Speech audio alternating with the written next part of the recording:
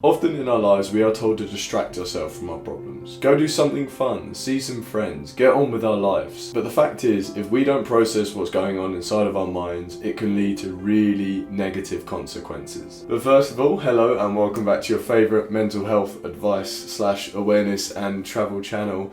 I hope everyone's doing absolutely splendid today. Make sure you please remember to like and subscribe. It just takes a second, you know. Little scroll down, click, bam. Bob's your uncle. So, anxieties. It's a scary word, but today I'm going to talk about them and why it's so important to give yourself time to deal with them. A build-up of anxieties can cause a huge amount of problems in our lives. It can prevent us from doing things that previously were perfectly doable.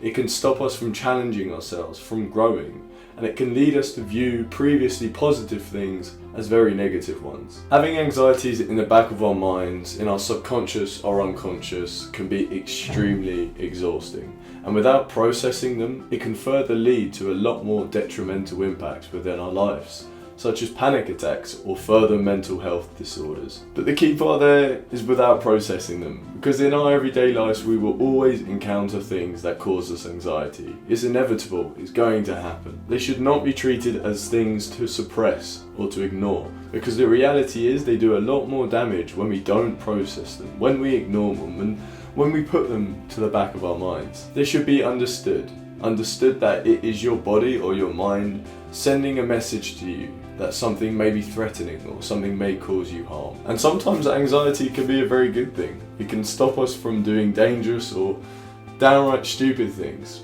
But also sometimes it can prevent us from pushing ourselves, stepping out of our comfort zone. But through pushing yourself and stepping outside of that comfort zone is when you're going to grow, when you're going to get the best outcomes to life and to any situation you find yourself in. And yes, dealing with anxieties is not an easy thing to do, and you have to find your own way to do it, whatever works for you. For me personally, it's often going for a walk without my phone and just allowing my head to roam free. It really helps me understand what's going on inside of this skull of mine.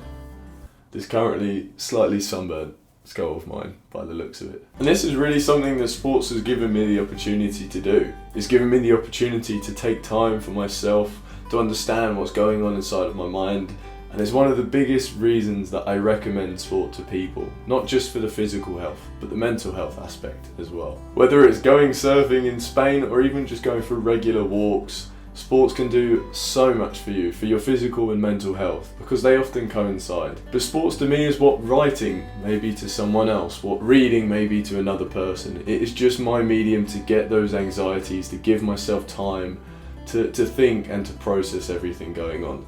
The reason I like sports more is one, because it looks cool, and secondly it also helps your physical health, which is a huge part of mental health. But that's a whole nother topic, so I won't talk about that right now. There are so many recommendations, so many different ways you can give yourself time to process the anxieties inside of your head.